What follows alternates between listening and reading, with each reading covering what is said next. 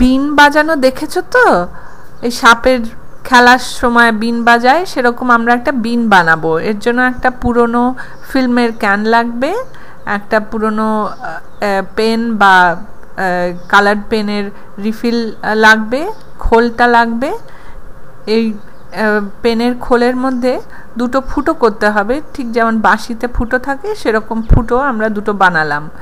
এবার যেই পুরনো ফিল্ম রোলের কেসের পেছনটায় একটা ফুটো বানালাম, যার মধ্যে পেনটা টাইটভাবে ঢুকে যাবে। এবার এই পেনটা এর মধ্যে আমরা টাইট করে ফিট করলাম। এই পুরনো পেনের খোলে ভেতরে এবার আমরা এটাকে দিয়ে একটা বেলও বানাবো।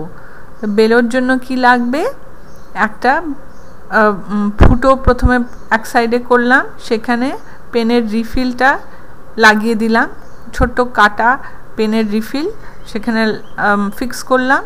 এবার এই খাপের মুখটা একটা পুরনো বেলুনের কে আটকে দিলাম, একটা রাবার ব্যান্ড দিয়ে করে আটকে দিলাম।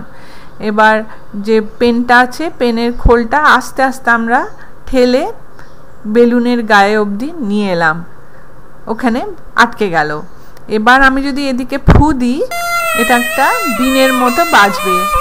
কি সুন্দর দেখো, সাপের খেলায় যেরকম বিন বাজে সেরকম বিন বানালে।